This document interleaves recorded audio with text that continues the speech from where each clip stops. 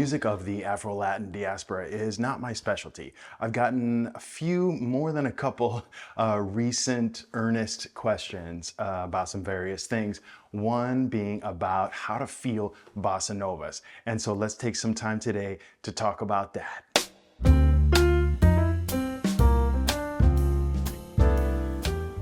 Welcome to Learn Jazz Bass with Matt Rubicki. I'm glad that you're here. So yeah, this one particular viewer asked specifically about how to feel bossa novas. They understand the basic principle of what we're trying to do with the bass line, but we're having some issues, so to speak, with how to hear where it fits in and how to play the line itself. Now, as I said, this is not necessarily my specialty, but I've been called to do it many times over the years, and I have tried to do my best and play in the most authentic way and learn what I could.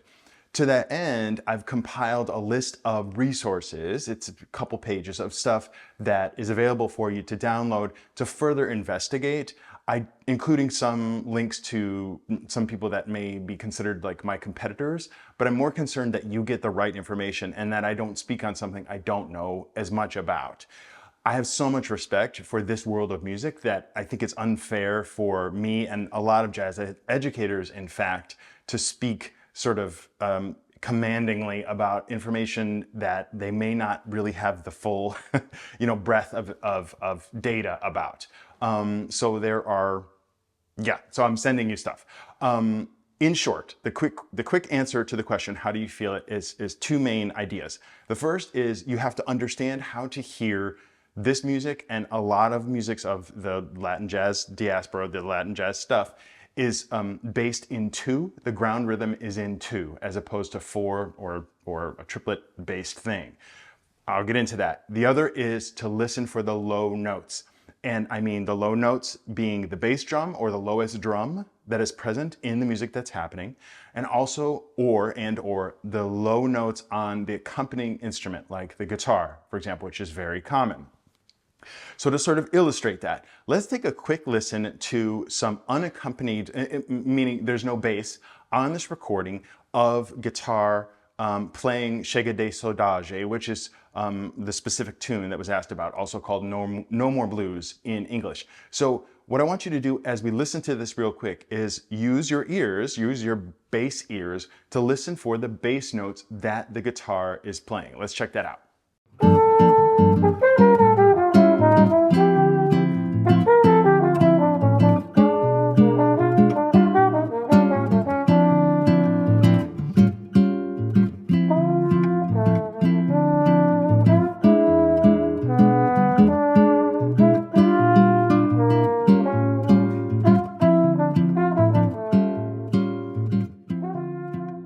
So were you able to distinguish that? I would imagine that you would.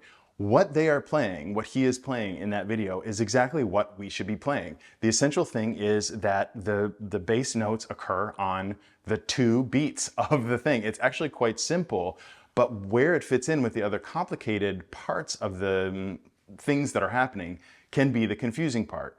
So if we look specifically at like a generic but accurate drum set pattern of what is happening, that might help a little bit. The bass drum itself, okay, generally speaking, is going to be playing like an dotted eighth note and a 16th note repeated over and over again, like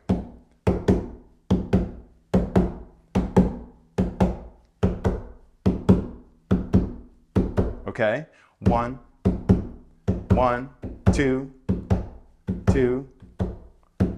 So what you want to lock into there is that repetition, that bass drum is giving you those strong beats. 1, da, 1,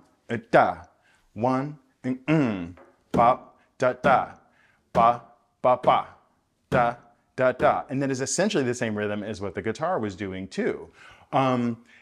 When we are sort of going back to thinking about the sort of more traditional aspect of bossa nova in Brazil, there was a sort of style, from my understanding, called choro, which is sort of like a more folkloric music style that eventually developed into what we call samba. And then comes bossa nova. In the samba, there is traditionally an instrument called a surdo, a low drum. And this drum also plays a similar rhythm to this. It's generally, though, the strong beat is on 2. Da da, da da, da da, da da. So take a listen real quick to this video of some traditional ways of playing this rhythm and listen for that, again, the low drum. Listen for the lowest drum in this video that I'll play for you. Você nem chega a me ver, meu som te cega a careta. Você que não sentiu o swing de Salvador, que não seguiu o lodo balançando pelo, e que não riu a risada de Andy Warhol, que não e nem disse. Hopefully that made a little sense. So again, that is one of the main things we're locking into. If there is a drum set present, or percussion present, somebody will most likely be playing that rhythm, which is simply what we lock into. Da, ah, 1, 2. Now, when I talk about this music coming from having a ground rhythm of 2, it's kind of like, I've talked about this a little bit before, and I'll try to explain it in a different way possibly, but essentially you can sort of have, like the swing feel, for example, is based really kind of in triplets, and it's in a combination of triplets and in 2. So it's like 3 and 2 together. Da da da da da da da da da 1 2 3 1 2 3 1 2 3 1 2 3. That's sort of the basic underlying feeling of it. But in this music, there can be a swing element to it, but it's really more, you just feel it in this big 2. Da da da. 2. And in the examples, the little handout that I've given you, I write it in 2/4. Some people might write it in cut time. It's all about how it feels, and sort of the reason we make notation choices is because of how it looks on the page, blah, blah, blah. But the point is, like, to actually gravitate towards the way that the musicians that are playing this feel it. It's a big 2, okay? Instead of 4, not triplet based, 2, 1 and 2. And very often, like with the surdo drum, that second beat has a little bit more emphasis, but don't overdo it. You don't want to try to sort of, you don't want to overdo it.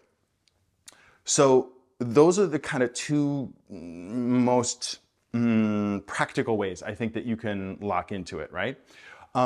Talking about specifically what we're doing on the bass, okay?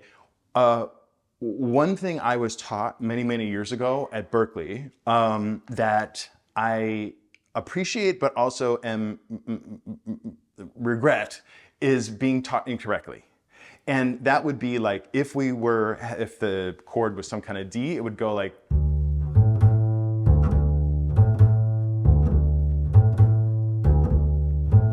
that's wrong, okay? Is wrong. Sorry, my teachers at Berkeley. And what I really like is that online, yes, there's a lot of information online, but you can find way more legitimate sources discussing this. And I'm seeing a lot of people calling that out. That is not really sort of closer to the authentic way of playing it. The more authentic way would be a couple things. You're going to have longer notes.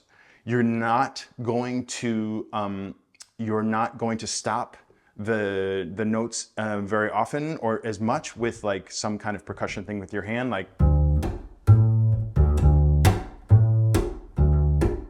almost like a slap thing, right? I am prone to do this because that's the way I learned it, which is not right. So you want to have the notes be long. Also, another subtle thing that isn't necessarily a total like rule per se, but generally, like when we are creating these bass lines, you know, it's usually like the root and the fifth is very common. At least that's the ground aspect, or that's the ground attitude is root fifth. We generally have the fifth be the lower octave below the root. So if it's D, D, A, 1 and 2, and 1 and 2, and 1, not 1 and 2, 1 and 2, which let me put a caveat on that, take it with a grain of salt. I hear lots of people doing that, lots of authentic players doing that. it's a little bit more about understanding that it comes a little bit more from putting the fifth lower.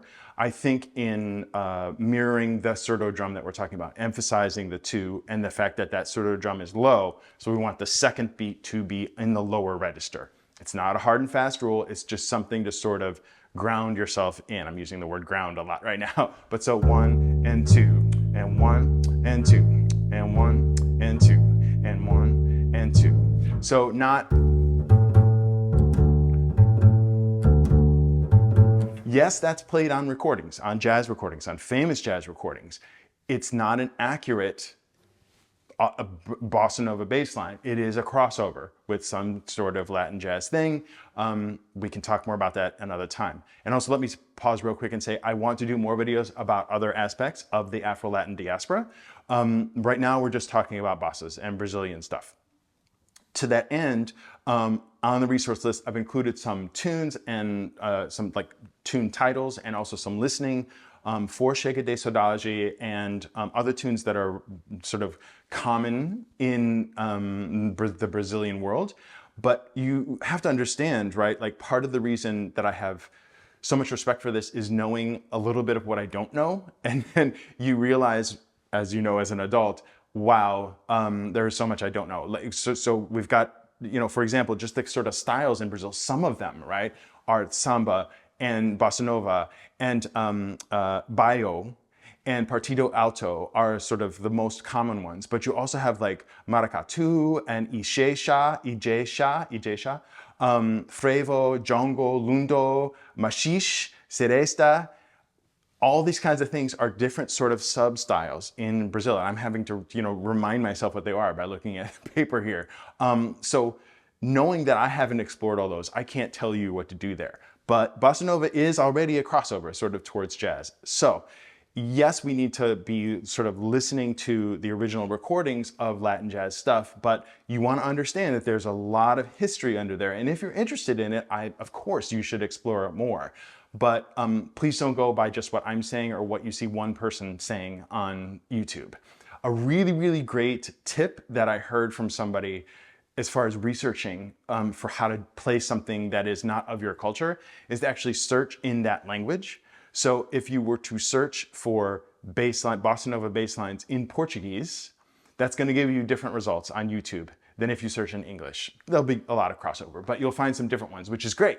And I've included some links to a thing here or there along that line. So you know all this stuff. I'm saying we know that there is so much stuff we don't know.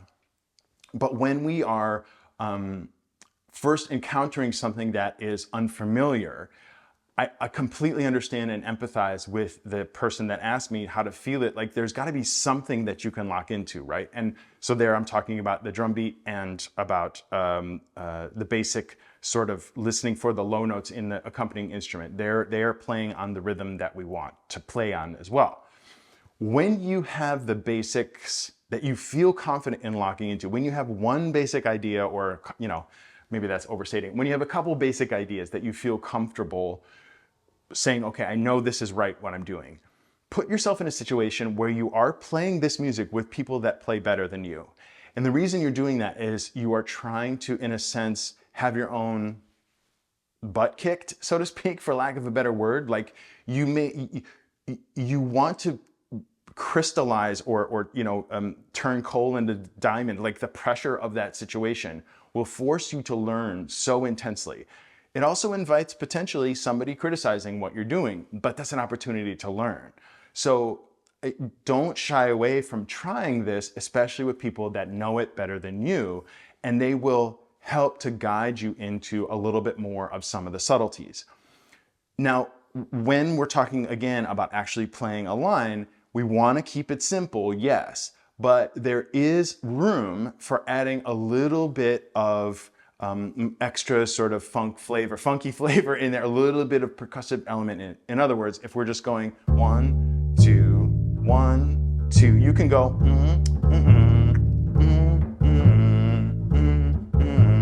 like the surdo.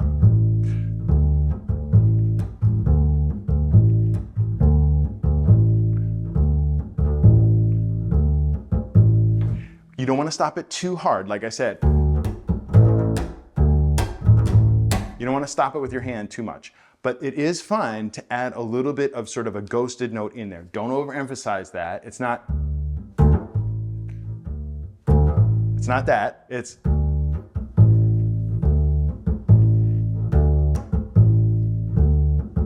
okay. That is going to allow you to have a little bit of interest and feel like you're locking in. And that is the most important thing, even when you are playing with people that are better than you. Even if you're wrong, and you might be, and they'll probably let you know, the most important thing is to lock in rhythmically with what's happening. Even if you're on the wrong beat, make it at least sound passable, right? Like, yeah, it might be uncomfortable and so on and so forth, and you might get your ear, your ear shot taken off. People might talk your ear off about what you're doing wrong in the band, but better to have the listener feel like it's a cohesive thing than to just sort of stop or just like put, not be locked in with whatever else is happening, right? So that's an important thing. Let me play along to a version of Chega de Saudade from this vocalist without percussion. And first, what I want to try to do is to play it, just a little bit of it, being too busy, like doing it the wrong way, okay? And then I'll try to play a version where I'm playing a little bit more what I'm trying to play authentically, okay? So here is again Chega de Saudade, no blues, no more blues, with a vocalist without bass on the recording. The performer is Roberta Sá. So let's check that out. So here's Too Much.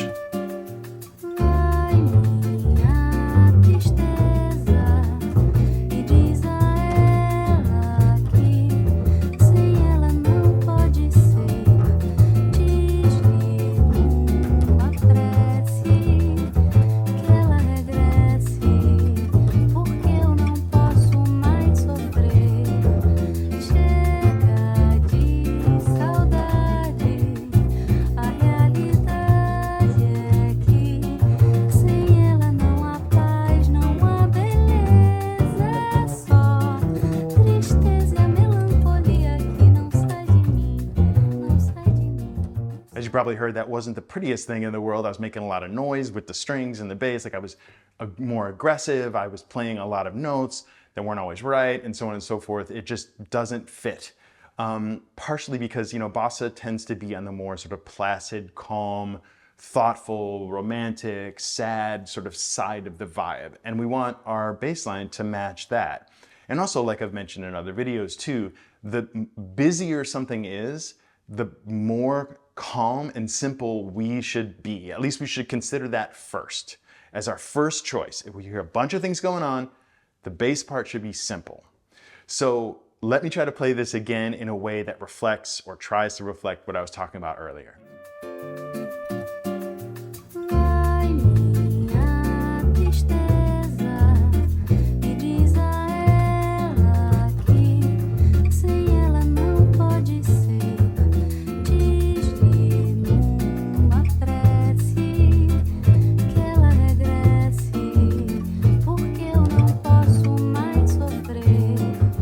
Chega de saudade, a realidade